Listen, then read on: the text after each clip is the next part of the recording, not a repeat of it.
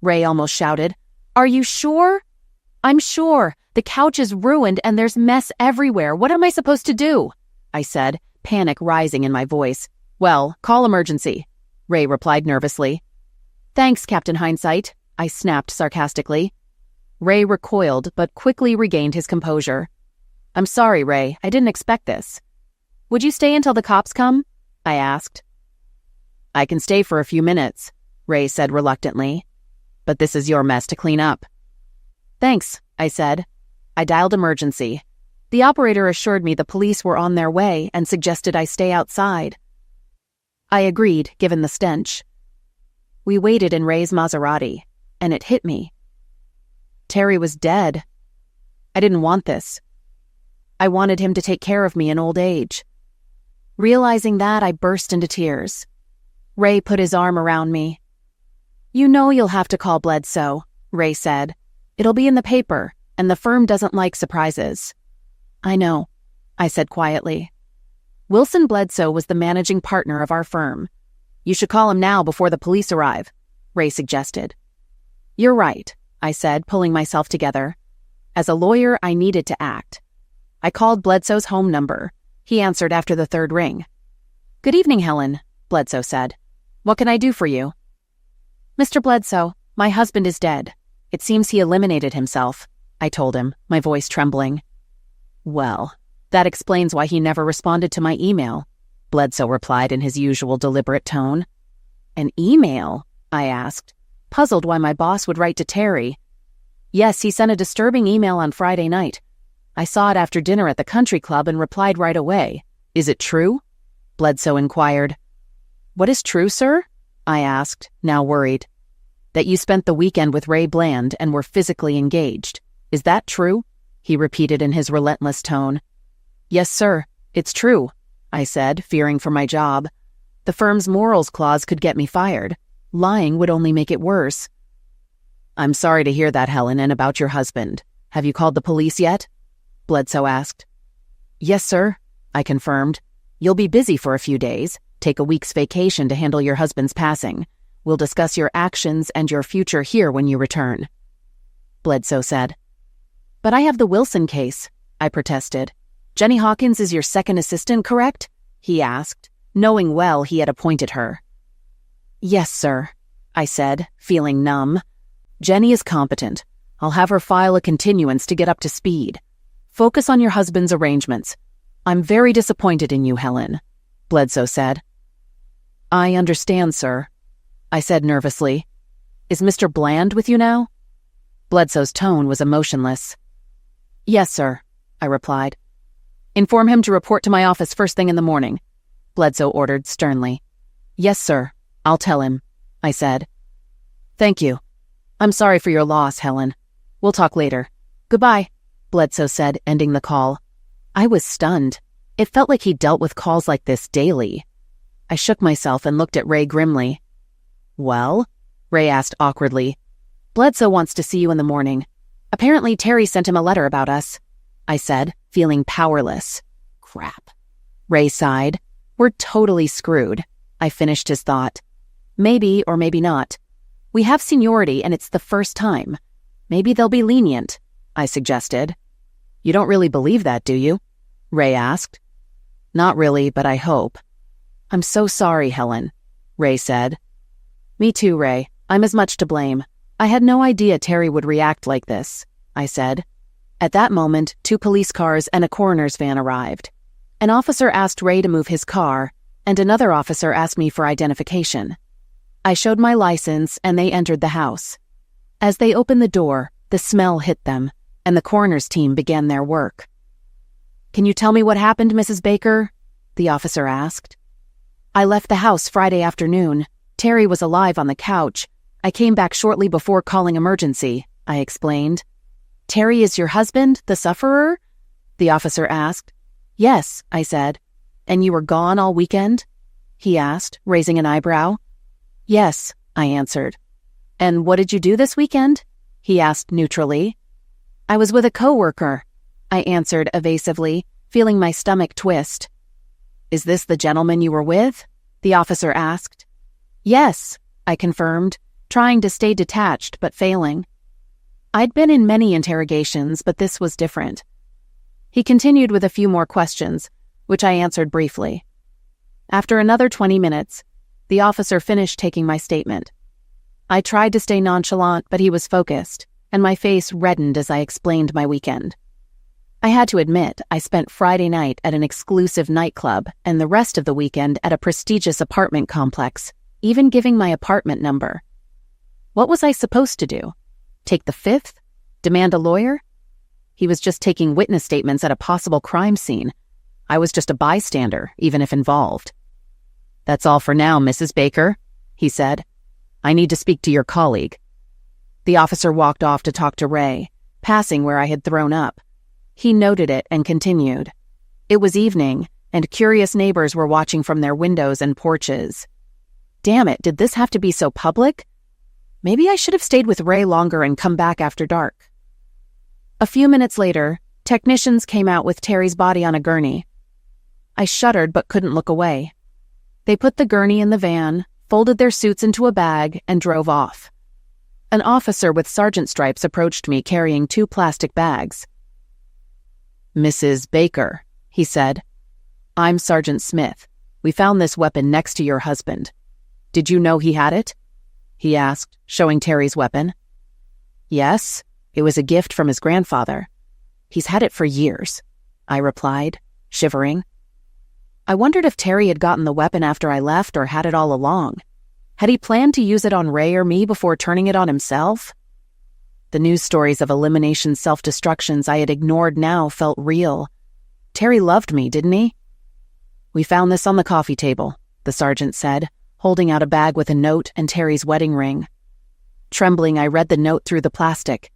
It was a furious letter blaming me for his pass away and our ruined marriage, filled with words he had never used before. With shaking hands, I returned the note to the sergeant. My knees were shaking, but I didn't buckle. If I wasn't in shock before, I was now. I realized that if Terry had spoken up on Thursday, maybe he would still be alive. But I couldn't dwell on maybe. As a lawyer, I had to deal with the reality in front of me. Taking deep breaths to steady myself, I asked the sergeant, "Can I go back to my house now?" "We're still examining the scene, ma'am. It's pretty bad in there. Your husband committed self-destruction Friday night, and I don't think you should stay here for a couple of days.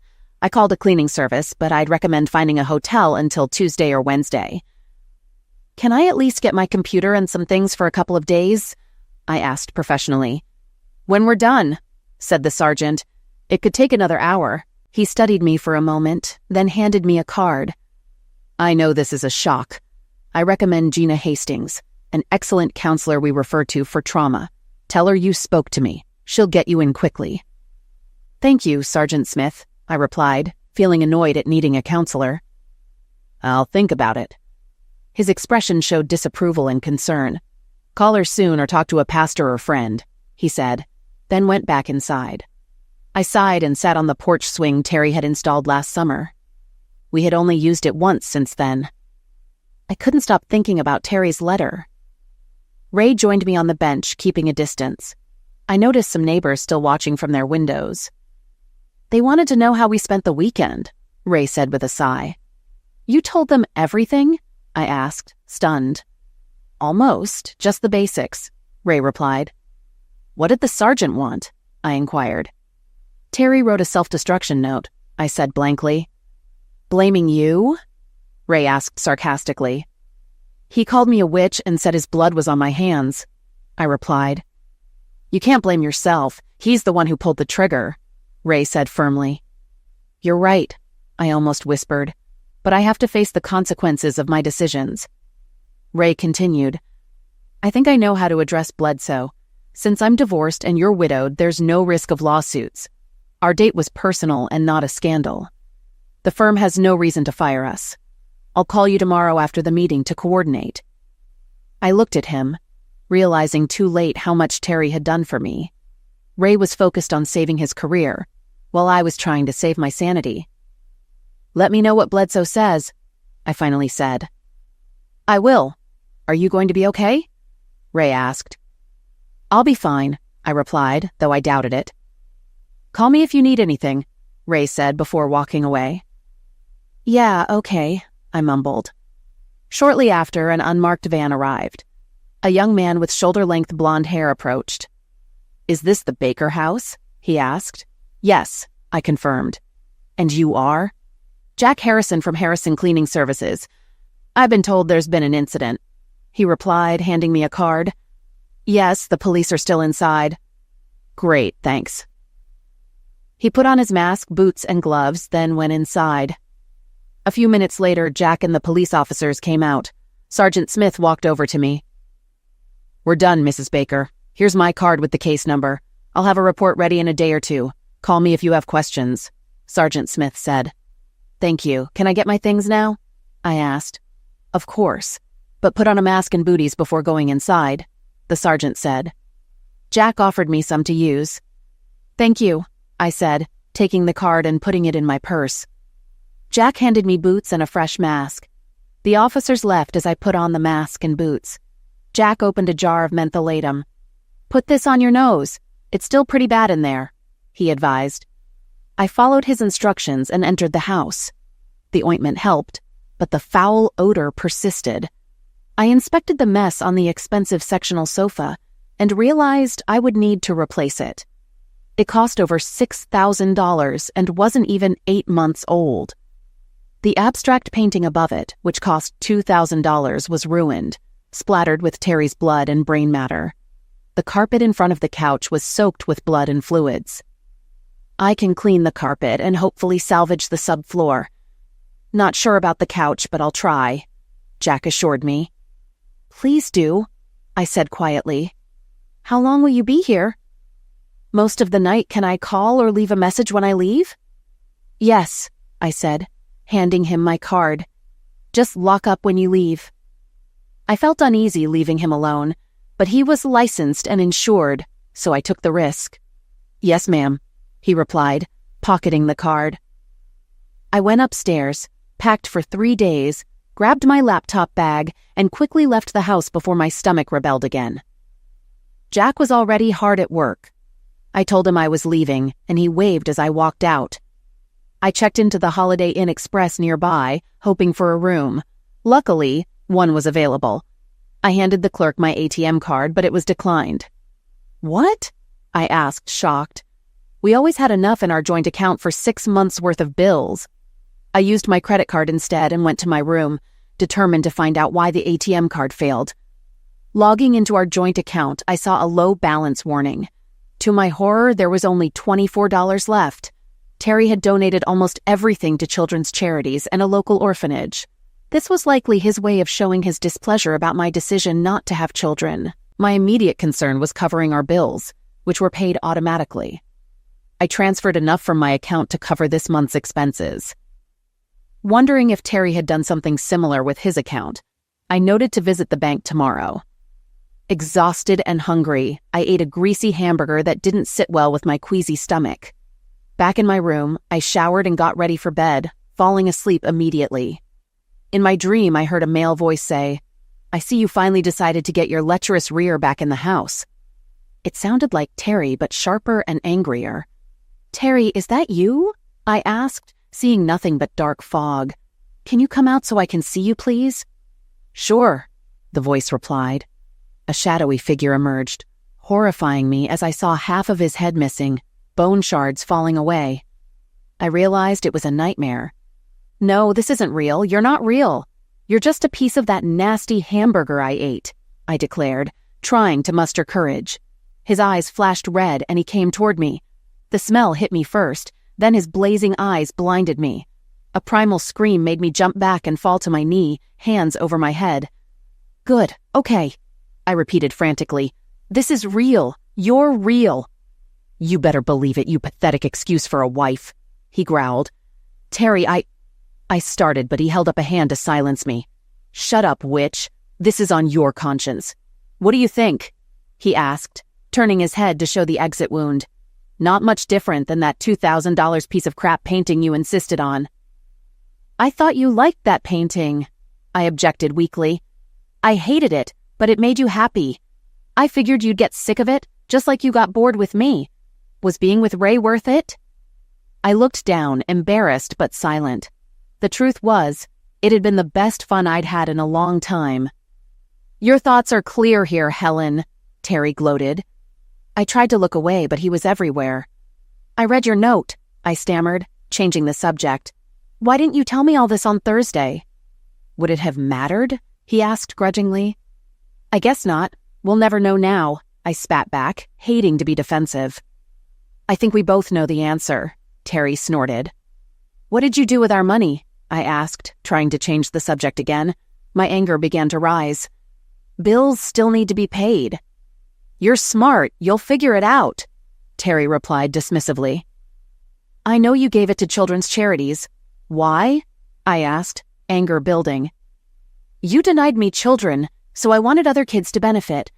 At least the money went to good use," Terry explained. "But what about me? You know how I feel about having kids," I protested.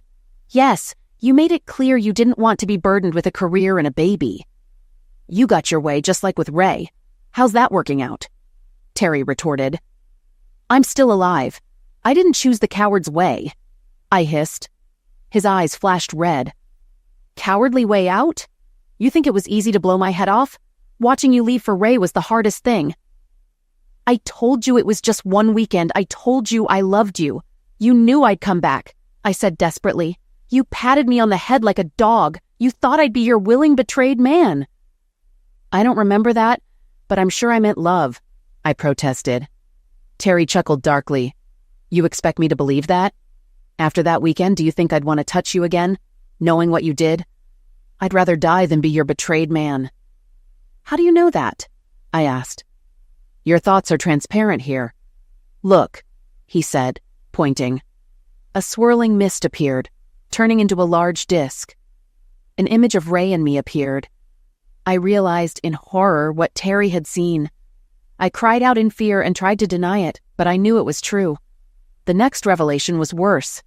I was the star of this show. "That didn't happen," I protested. "No, but you and Ray talked about it," Terry said. "You might as well have done it. What excuse were you going to give me? That it was a one-time thing?" I looked at Terry shocked. How could he know? "Yes, Ray and I discussed it, but we hadn't made plans." "But none of that happened," I insisted. "It doesn't matter here. Thinking and talking about it is the same as doing it," Terry replied. "And what is this place? Heaven?"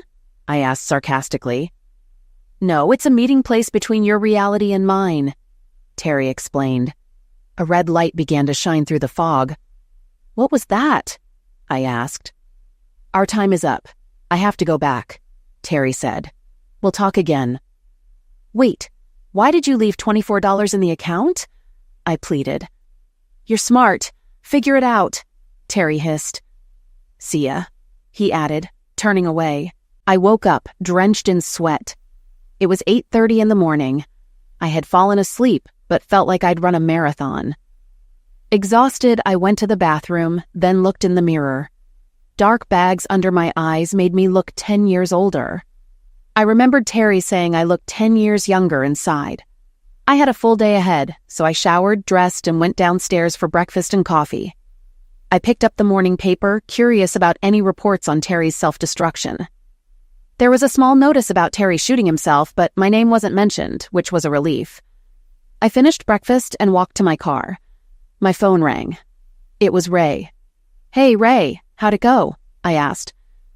"About as expected," Ray replied. "I'm on administrative leave while they investigate. Things don't look good." "When will you know?" I inquired. "Within 2 weeks, but I'm not waiting around. How are you holding up?" Ray asked. "I'll be fine," I said, not mentioning my nightmare. Then I asked, "Does anyone else in the office know?" "Anyone with an internal email," Ray said. "Looks like your husband told everyone." "Crap," I sighed. "Do you want to meet for lunch?" "I have a lot to do today. Besides, it wouldn't be wise under the circumstances," Ray replied. "You're right. Call me if you need anything," Ray said. We ended the call. I checked my messages. Jack had left the house at 5:30 a.m. I also had a message from my sister Janice. "I saw the paper. Is that your Terry who eliminated himself?" Janice texted. "Yes," I texted back. "I'll call later." Janice was 2 years older and often played mother hen. I wasn't in the mood to fight with her. I drove to the house and parked in the garage. Inside, the smell of Terry's blood was gone, replaced by the strong odor of cleaning products. I avoided taking deep breaths to keep my lungs from drying out. Walking to the front room, I was surprised to see the couch looked almost new. Though it would save me from replacing the $6,000 couch, I swore I'd never sit on it again. Briefly, I was angry at Terry for not choosing his chair. I noticed the painting above the couch was also saved thanks to Jack. Satisfied with Jack's work, I went upstairs to our home office. I gathered the folders with Terry's bank information, our wills, and the mortgage insurance policy, putting them in my briefcase. The house felt eerily quiet without Terry. I could hear the grandfather clock ticking, and for a moment I thought I smelled something rotten. A chill ran down my spine, but I shook off the anxiety and continued my tasks. I realized I needed to notify Terry's work about his self-destruction. The answering machine had several messages from his job, wondering about his absence. I called back and spoke to Allison Jones, his supervisor. "Helen, is everything okay? We've called several times. Is Terry all right?" Allison asked anxiously. "No, Allison, he's dead," I replied as calmly as I could. "Dead? Oh my God, what happened?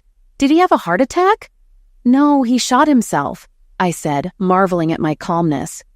"Oh no," Allison sighed. "When did it happen?" "Friday night. I was away over the weekend," I said, hoping to avoid more questions. "I'm very sorry, Helen. Let us know about the wake. Everyone here will want to attend," Allison said. "I'll have HR contact you about insurance and his $401K. Call if you need anything." "Thank you, Allison. I appreciate it," I said. We ended the conversation, and I felt relieved it had gone better than expected. Terry's company insured employees for 2.5 times their salary, which could amount to $250,000. I hoped there wasn't a self-destruction clause, and I knew his $401K would be useful. I hung up and noticed the house's eerie quietness. We had lived here for over 20 years, mostly good years. Now the house felt like a grave. Memories of Terry were everywhere, though thankfully not his ghost. I felt a chill and thought someone was watching me, but I assured myself I was alone. I opened the windows to clear the chemical smell and left the house quickly, heading to the bank. At the bank, I asked the teller for Terry's account balance. We had access to each other's accounts for emergencies. The teller frowned at his computer and then went to get Arnold Johnson, the bank manager, who invited me to his office. "Mrs. Baker, glad you came in. I was planning to call you later," Arnold said. "Oh? Why?" I asked, feeling curious and concerned. "Our system flagged many transactions over the weekend from 2 of your accounts. I wanted to make sure you were aware," Arnold said. "I know my husband made several charitable donations on Friday without consulting me. I hoped they could be stopped and canceled before they went public. I also wanted to check the activity on his account." Arnold raised his eyebrows and looked at the monitor before replying. "I'm afraid that's not possible, Mrs. Baker. The donations were processed right before the deadline on Friday, so most of them have already gone through." "I need that money," I pleaded. "Is there any way to get it back?" "You could contact them and explain the situation. They might return the money, but there's no guarantee," Arnold said apologetically. "I can give you a printout of all the recipients. It's a long list." A simple appeal likely wouldn't work, and suing all those charities would cost more in legal fees and damage my reputation further. I could imagine the headlines: "Greedy lawyer sues charities." "If nothing else, you'll have a big tax deduction," Arnold said, trying to lighten the mood. I stared at him, puzzled by his attempt at humor. After a few awkward moments, he cleared his throat and looked away. "What about Terry's account?" I asked, changing the subject. Arnold checked his computer and sighed. "He has enough to keep the account open. There was a lot of activity on Friday. He paid off and canceled his credit card and made a large payment to the West Side Funeral Home and Crematory." That hit me hard. Terry had planned his self-destruction carefully. "What about our other accounts?" I asked. "He didn't touch them. Your joint savings and certificates of deposit are still intact," Arnold said. Good, I replied, relieved. I also need to apply for insurance on our mortgage. I handed him the papers. Everything seems in order, Arnold said, pulling out a form. Fill this out and return it with a copy of the pass-away certificate. The sooner the better. I'll notify the home loan office. Thank you, Arnold, I said, tucking the form into my briefcase. My pleasure, Mrs. Baker. My condolences. If you need anything else, please call, Arnold said as we shook hands. Despite his professionalism, I felt judged. I thanked him and left the bank feeling slightly better. I stopped at the store for a snack and then went to the West Side Funeral Home. A thin young man in a white shirt and tie greeted me. Welcome to West Side Funeral Home. I'm Alan Markham. How can I help? I'm here about my husband, Terry Baker, I said. Baker, that name is familiar. Please come into my office, Alan said. He offered me coffee and sat at his computer. Yes, I see him here. I tried to call him today. He's dead, I said quietly. I understand, Alan said. When did this happen? Friday, I replied, giving minimal details.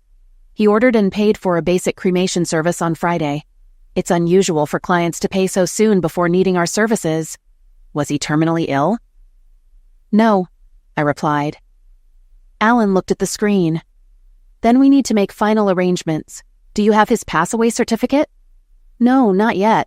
His body was taken to the morgue Sunday night. I'll get the certificate once the coroner is done. When they release his body and you get the certificate, let me know, and we'll proceed, Mrs. Baker, Alan said. We spent the next hour discussing the arrangements.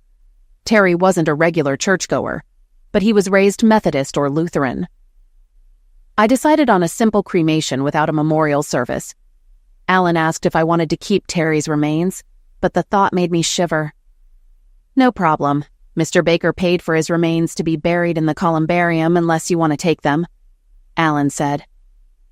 I left the funeral home feeling depressed and needed to talk to someone.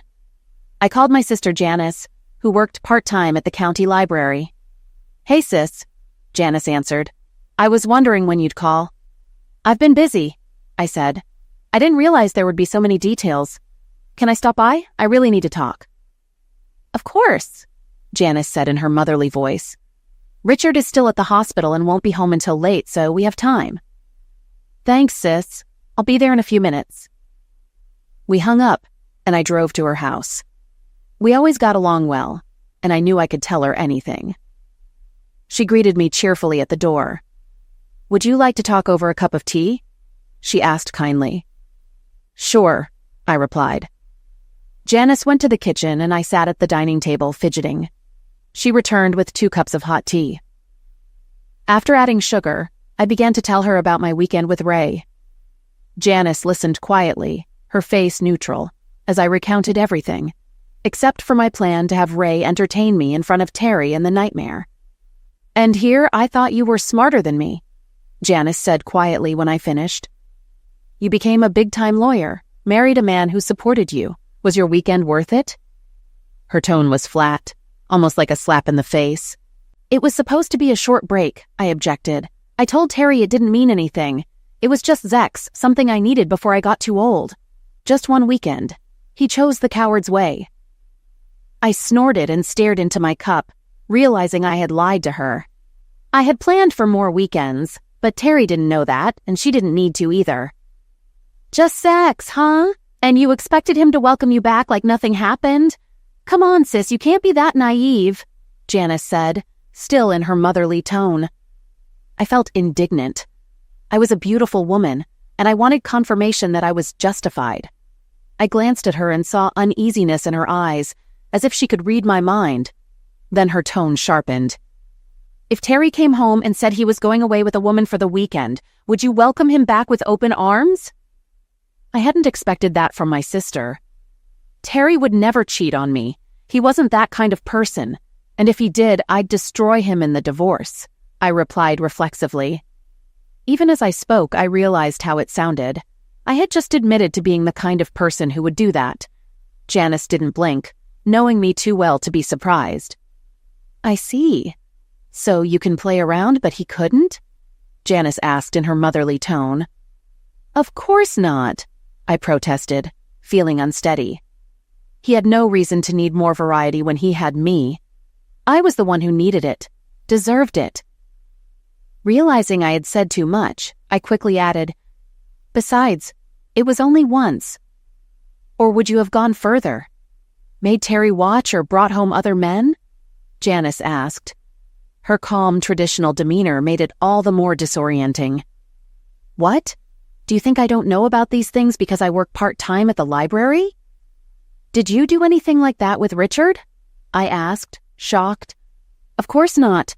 I love and respect Richard too much, but I know others who have. It was clear she thought I no longer respected Terry. And what did their husbands do? Most divorced their wives. Some went further, exposing their wives to family and friends, emptying accounts. You still haven't answered my question. Was having fun with Ray worth jeopardizing 24 years of marriage? It suddenly hit me. The $24 Terry left in our joint account represented $1 for each year of our marriage. Janice noticed my change in expression. "What's the matter?"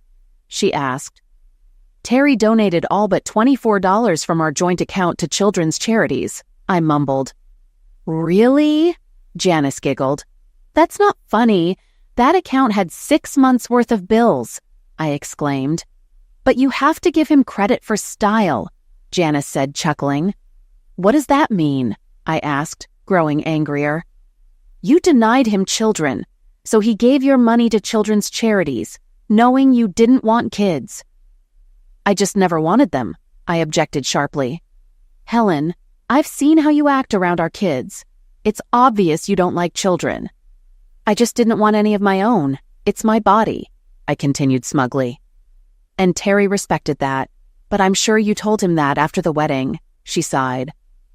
"I wish you'd respected him as much." "I respected and loved him," I protested, but it sounded weak. "Really? I'd hate to see what you'd do if you didn't love him. And you're so stoic about his self-destruction." That hit a nerve. What was I supposed to do? I'm left alone with responsibilities. I have to move on. If I break, it won't change anything. "No, but it might help you deal with his pass away. You didn't even cry when Dad died."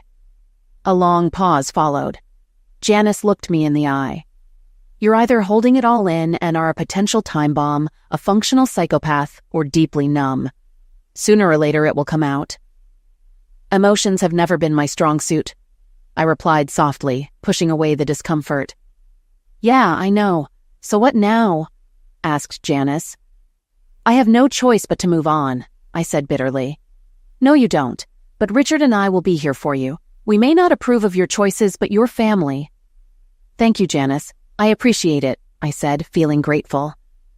We spent the next hour making small talk, which helped ease my anxiety. "Richard's on his way home," Janice said, glancing at a text message. "Would you like to stay for dinner? It'll just be leftovers." "Your leftovers are always good," I said. "I'd love to stay." We had a nice dinner, avoiding the elephant in the room, which was fine by me. Richard was less talkative, but showed some mild empathy. When he entered, he nodded at me and exchanged quick, subtle gestures with Janice. Deep married communication. I looked away, wondering when Terry and I had lost that connection. Dinner was lasagna, and Janice, used to cooking for a large family, made more than enough. She also served her homemade apple pie, which I always loved, so I accepted a generous slice. We ended with a small glass of wine and light conversation. Realizing it was time to go, I thanked Janice and headed for the door. Janice stopped me, putting her arm around my shoulders. "We really love you, Helen," she whispered, hugging me tightly. "Thank you," I whispered back, surprised. "I love you too." "If you need anything, just call," Richard added quietly. "Thanks," I told him. We said our goodbyes, and I drove back to the hotel. In my room, I turned on the TV for background noise, changed into my nightgown and lay down. My eyes were on the TV, but my mind replayed my conversation with Janice. Was I really as indifferent and selfish as she suggested? "Yes," I heard Terry answer, startling me. He was leaning against the wall, looking down at me. Why are you here?" I asked, perplexed. "You fell asleep," he chuckled. Are you going to haunt me in every dream? I asked, feeling a cold pit in my stomach. That's the plan, he replied with a crooked smile, his exposed skull making it eerie. So you really think I'm an uncaring, emotionless, selfish witch? I asked boldly. Yes, Terry replied, unembarrassed. Your actions show it. Look. He nodded toward the TV. To my surprise, it displayed scenes from my life. Tears welled up as I watched our wedding, seeing us young, vibrant, and full of love. As the movie continued, I saw the changes in me. Terry was always supportive, working hard so I could finish school. We saved money, often eating cheap meals, but we were happy. After graduation, I got a job and things changed. We bought a house and lived frugally until my career took off. I started to see kids as a hindrance. I watched as I ignored Terry's efforts, brushed aside his concerns, and dismissed his dreams.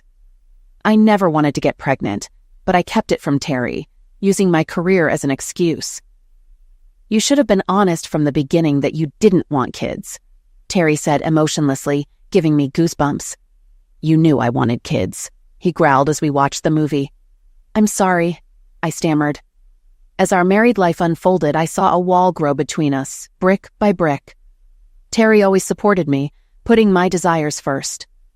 I, on the other hand, lost respect for him when I earned more than he did. It didn't matter that we lived better on both salaries. I saw everything as mine.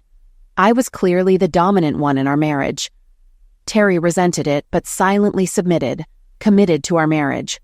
On our 12th anniversary, he realized he could live decently on his own, but didn't want to admit defeat by divorcing.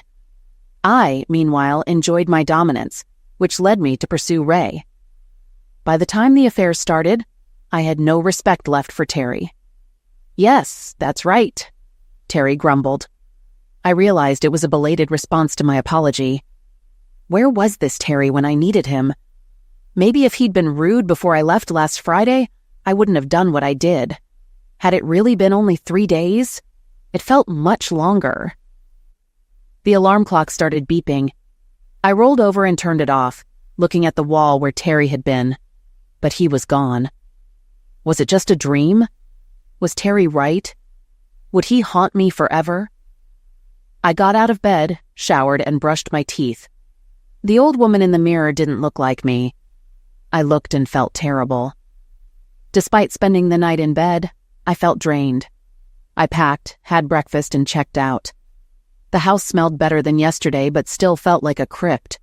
The bedroom was like a refrigerator, and passing the couch felt like walking past an open freezer. The thought of sitting on it made me shudder. I didn't know what Terry would do next. Would he only haunt my dreams? I paced around, inventorying Terry's things. Then I realized I needed to talk to Jerry Smith, a certified estate planner at our firm. He'd probably be upset I informed the bank about Terry's pass away, but I wasn't too concerned. I wondered when you'd call, he said, answering the phone. I kept my tone businesslike, explaining what I had done, and he assured me everything would be handled. It was a perk of working at a law firm and would relieve a huge burden. Thanks, Jerry. I appreciate it, I said, trying to sound sincere despite looking exhausted. No problem. It's what I get paid for. Can you gather all your financial documents and bring them to me this afternoon? Jerry asked. Yes, I'll be there at 3 o'clock, I replied. Works for me, said Jerry. I spent the morning gathering what I needed, including a copy of Terry's will. It felt eerie as occasional cold gusts blew, despite closed doors and windows. I heard creaks like someone walking upstairs, but I chalked it up to nerves and kept packing. A hot shower calmed me, and I changed into something less casual than jeans, but more casual than my usual business suits. At the office, everyone looked at me cheerfully, then quickly looked away. It was obvious they knew about my weekend with Ray. My cheeks flushed as I hurried on. Going casual these days, Helen? Wilson asked behind me. I turned to see him smiling, but it didn't reach his eyes. I came to see Jerry about Terry's arrangements, I said defensively. It's the most sensible thing you've done since Friday, he replied evenly. When you're done, come to my office for a few minutes. Sure, I said, nervous about my career. Wilson, the managing partner, was an old-fashioned gentleman, but I recognized an order when I heard one. I finally reached Jerry's office. He waved me in with a forced smile, offered coffee, and I handed him my papers. We discussed everything while he reviewed them. "Everything seems in order," Jerry said. "I'll take care of it. Anything else?" "I need to amend my will and trust," I said. "That makes sense," he replied, pulling out my folder. "Your husband is listed as a beneficiary, executor, and medical power of attorney. I'd like my sister Janice Hopkins to replace him," I said, "and give her power of attorney just in case." "Very well. Just write it in pencil and initial it. I'll make the changes in a day or so." "Thanks, Jerry," I said, ending our meeting. I walked to Wilson's office, noting the secretary's caustic look as if I were a nuisance. "Helen, come in. Have a seat," Wilson said with a pleasant smile. "How are you holding up?" "It's been a challenge," I replied cautiously. "It sounds like you didn't sleep well," Wilson remarked with concern. "It wasn't easy," I admitted, hesitating to tell him about my dreams. Wilson nodded and continued. "You're probably wondering why I asked to meet," Wilson began. "The senior partners aren't happy. Your husband sent emails to everyone in the firm, and it's likely this information has leaked outside. Your personal and professional credibility has taken a hit. The only reason you haven't been fired is your exemplary 20-year record here." I pondered his words and what he didn't say. His look made me make a decision I hoped I wouldn't regret. "Maybe I should tender my resignation," I said quietly, feeling knots in my stomach. Wilson pretended to consider it before nodding. "As much as I'd like to keep you, Helen, I think it's for the best. Given your service and record, the partners will agree to keep you on the payroll until the end of the month. This will give you time to handle your husband's matters. We'll also put together a reasonable severance package. You're smart and driven. You'll get back on your feet." "Thank you, Mr. Bledsoe," I said quietly. It felt surreal. "Sure. You might want to consider a change of scenery. Have you ever been to Boise?" he asked. "In Idaho? No." "Why?" I replied, puzzled. "A high school buddy of mine is managing a firm there and needs someone with your experience. I can give him your name," he offered. "Sure," I replied hesitantly. "Great, I'll let him know. Here's his card," Wilson said, handing me the card. I glanced at it and put it in my purse. "Can I ask about Ray? What's going to happen to him?" I questioned. Wilson looked thoughtful for a moment before answering. "I can't go into details, but let's just say Mr. Bland has exhausted any goodwill. You're not the first associate whose marriage he's ruined. That's why he was transferred here after his divorce. His ex-wife caught him with a paralegal. The lawsuit required us to keep him employed and pay generous alimony." "I didn't know that," I said quietly, stunned. I knew his reputation, which is why I chose him for my affair, but not all this. "Well, I have a meeting. I'm sorry for your loss, Helen, and I'm sure I'll see you again before you leave," Wilson said, standing up to signal the meeting's end. "I'll be back. I still have some papers to sign. Thank you for everything," I added, shaking his hand. Fighting back tears, I hurried out of the office, avoiding others who were probably watching. Once in my car, I burst into tears. I loved this job and the people I worked with, and I had been here for over 2 decades. The thought of moving to Boise felt like exile. Eventually, I calmed down enough to drive, though it was difficult with blurred vision from crying. I almost got into a few accidents. I finally made it home and sat on the couch, burying my face in my hands and sobbing uncontrollably over the loss of my job. I cried until I heard a sharp knock in the living room. Surprised, I saw a framed wedding photo lying face down on the nightstand with shattered glass. Goosebumps ran through me as I realized I was crying more over my job than Terry. Frightened, I threw the photo on the couch and looked around to see if anything else had moved. I couldn't explain how the picture had fallen so forcefully. Then it hit me. It had to be Terry. I went from frightened to angry, from horror to rage. "Leave me alone!" I screamed into the empty room. "You're dead. Go away. Stop messing with me, damn it." Suddenly, the temperature dropped, and the room darkened. I almost expected to see objects flying off the walls and thought I heard maniacal laughter from the stairs. There was no way I could stay in the house alone. I grabbed my phone and called Janice in a panic. "Hey, sis, what's up?" She answered cheerfully. "Not great. Can I spend the night with you guys, please?" I pleaded, my voice shaking. Her tone instantly turned concerned. "Of course. We'll get the guest room ready. Is everything okay?" she asked. "No, it's not. I'll explain when I get there, thank you," I said. I ran upstairs to pack my overnight bag, throwing things in hastily. I had to leave before Terry did something else. I held the banister tightly as I went downstairs, sure Terry would push me if I wasn't careful. I rushed to the garage, threw my stuff in the car, and drove away, leaving skid marks on the pavement. Janice met me at the door, and I collapsed into her arms, sobbing. She comforted me and got me to sit on the couch and calm down enough to speak. "Good God, sis, what happened? Did someone break in?" she asked, alarmed. "It's much worse. It's Terry," I replied. "Terry, he's dead. What can he do?" Janice asked, looking at me strangely. I told her about the past 2 nights and what happened at the house. She listened silently as I babbled. "He's trying to drive me crazy. I know he is," I sobbed. "Honey, you've been under a lot of stress. Maybe you just need to relax and get a good night's sleep," Janice suggested. "No, you don't understand. His self-destruction note said he hoped I'd see his face every time I closed my eyes. And I have. I haven't slept properly since Sunday. And I quit my job to avoid getting fired." I sobbed again. "Oh no, what about the house and bills?" she asked, concerned. "I have the money and insurance will cover the mortgage. I'm working until the end of the month and I've been promised severance pay. But I can't stay in that place. Terry hates me. He'll liquidate me if I stay," I explained, voice shaking. "Come on, sis. That's extreme. How can a dead person hurt you?"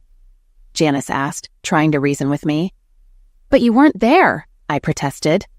"No, I wasn't." "Let me take your things upstairs, then I'll make you some tea and a grilled cheese sandwich. That should help you calm down, and then we can talk, okay?" Janice offered. "Okay," I said, feeling like a scared schoolgirl. Janice carried my things upstairs and made tea and grilled cheese sandwiches. She brought them on a tray to the front room and sat with me. The tea, flavored with honey, and the sandwich brought back childhood memories and helped me relax. "Feeling better?" Janice asked soothingly. "Yes, much," I replied with a sigh. "Thank you." "You're welcome. Have you told anyone else about seeing Terry?" she inquired. "No, are you kidding? I'd be institutionalized," I said, half joking. "Not necessarily. You've been through a lot. Seeing Terry must have been a shock. Maybe you should take a few days off. I can talk to Richard about letting you stay at the lake house. A few days in the country might do you good," Janice suggested. "You may be right. Wilson also suggested I get away. He mentioned Boise." "Boise? What's in Boise?" Janice asked, surprised and amused. "A friend of his manages a law firm there and needs a good lawyer," I replied. "Are you going to call him?" Janice asked. "I suppose I should, but I'd hate to leave here. You and Richard are my only family right now." I took another sip of tea. "By the way, I changed my will and trust. You're now my sole beneficiary and executor. I've also given you power of attorney. I hope you don't mind." "No, of course not," Janice said. "But you're young. You'll be around for a long time." "I hope so. Still, I like to be prepared," I replied. We ate and drank in silence for a couple of minutes. "I really messed up, didn't I?" I whispered. "You haven't been helping your case lately," Janice admitted diplomatically. "I guess I wanted to have my cake and eat it too," I said wryly. "And look what it cost you," Janice said quietly. I already knew what my actions had cost me. My husband of 24 years, my career, and my peace of mind. All because I wanted a fling with Ray Bland. "Yeah," I sighed. "But it's too late to cry over spilled milk like Mom used to say." "You need to pull yourself together, sis." "You're right. Maybe I'll take you up on your offer and get my mind right again. Right now, I just need sleep." I yawned deeply. The tea had done its job, and I felt my eyelids getting heavy. "Let's get you upstairs," Janice said. She helped me up and led me to the guest room. I barely managed to slip into my nightgown before collapsing under the covers. "Thank you," I mumbled, "for everything." "You're welcome. Now get some sleep," Janice said, kissing my forehead. She closed the door as she left, and I dozed off. "So you thought you could get away from me by running to your sister's house?" Terry's sarcastic voice woke me. The room was filled with a thick gray mist, and Terry stepped out of the closet, skull fragments on him. "Why are you here? Why can't you leave me alone?" I asked desperately. "Leave you alone? Ha! I'll never leave you alone, witch," Terry growled, his disfigured face twisted in anger. "You were the one in the house, weren't you?" I asked. "Yes, it took effort, but now I know I can do it." Terry grinned. "Please, can't you just leave me alone? You're dead. You have to move on," I pleaded. "Yes, I'm dead, but whose fault is that? You pulled the trigger," he retorted. "Yeah, I pulled the trigger. It was either me or your boyfriend," Terry snapped back. "You were going to destroy Ray," I said. "I thought about it seriously, but it would have been too quick. It wasn't supposed to be like that," he said, his eyes flashing crimson. "How was it supposed to be?" he shouted. "To go along with your affairs, leave divorce papers behind, and let your law firm ruin me publicly? Or maybe burn the house down and spend years in prison? I had no options left, so I chose the only one that gave me some self-respect and revenge. I pulled the trigger because it was my only choice. Now my blood is on your hands. Look." I saw my hands covered in dark red blood, dripping onto Janice's bedspread. "You may not see it in daylight, but it's still there. And nothing can remove it," Terry added. He staggered back, more pieces of his shattered head falling but disappearing before hitting the floor. In a hoarse whisper, he added, "I have unfinished business. I can't move on until it's completed. By the way, was your fling with Ray worth it? You lost me and your job," Terry continued. "I know how much that job meant to you." "Look, Terry, I'm really sorry. I shouldn't have done it. Please go away," I protested weakly. "I don't think you get it," Terry replied, his tone softening. "You shouldn't have thought about it at all, but you still think it's all about you. And as for leaving you alone, that's not going to happen. Ever.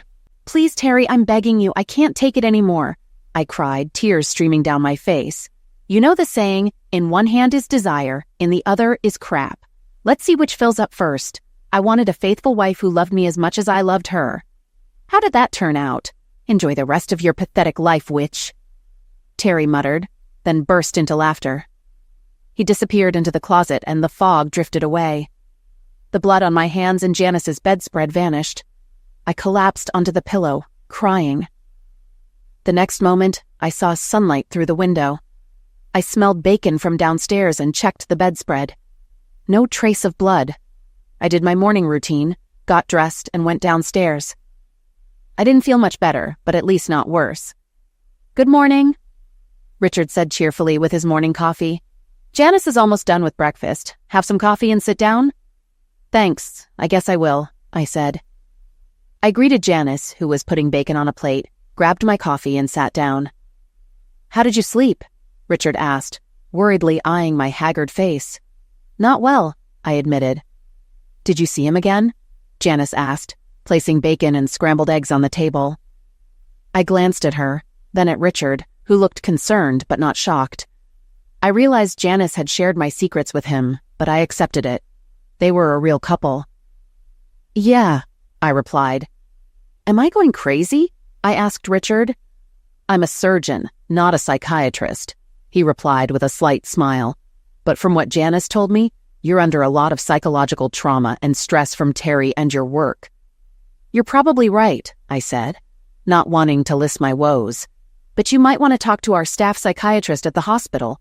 She's very good and might help you." "I might agree," I said. We ate scrambled eggs and bacon. Janice was the best cook since our mother, and her eggs were delicious. "We also talked about you spending some time at the lake house. We don't mind if you stay there for a few days to calm down," Richard said. "That would be nice," I said. I knew the medical examiner wouldn't release Terry's body until the end of the week, and I had 3 weeks before I was officially dismissed. Maybe a few days at the lake would help. Good. I'll give you the key before I leave. Can you handle driving? Richard asked. I can handle it, I replied with a smile. We finished breakfast, and I helped Janice clear the table. Richard handed me the cabin key from his pocket. I'd been there many times and knew the way. Have a nice vacation, Richard said. Thank you both for everything, I said, hugging them. My pleasure, Janice said. Call if you need anything. I packed up and left, deciding against going home for more things. After yesterday, I didn't want to be there again. I stopped at Walmart for supplies and hit the road. Driving down a 2-lane road with the windows down and the radio on, I felt the wind fluttering my hair. I anticipated a few days of peace. I was half an hour from the lake when it happened. Nice day for a drive, isn't it? I heard from the passenger seat. Stunned, I saw Terry sitting there looking out the window with sunlight shining through the exit wound in his head. What are you doing here? I almost shouted. You fell asleep at the wheel. Not very safe, Terry said. Watch the road before the intersection. My world shattered as a huge 18-wheeler slammed into my door. The impact sent the car spinning, and I was hit again by another truck. My car ended up in a ditch, upside down, airbags deployed. I'll see you later, Terry said before I passed out. 25 years later. Hello, Mrs. Hopkins, the cheerful receptionist said as Janice signed in. Hello, Amy, Janice replied. How is Miss Baker today? She asked April Callahan, the head nurse. It's the same. She just sits in her wheelchair watching TV or looking out the window. Nights are hardest for her. She insists she sees her dead husband in her dreams, April said sadly. Janice knew this, but also knew Helen had come to terms with it. Terry's nightly visits no longer horrified her as much as they used to. It's true. Something strange happened the other day, April said as they walked to Helen's room. What exactly? Asked Janice.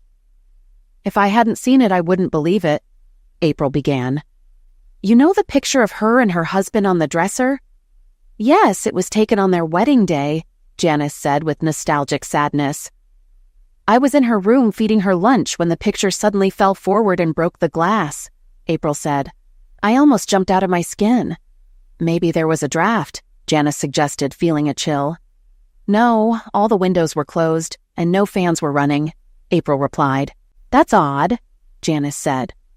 She remembered Helen saying the same thing happened at her house the day before the accident.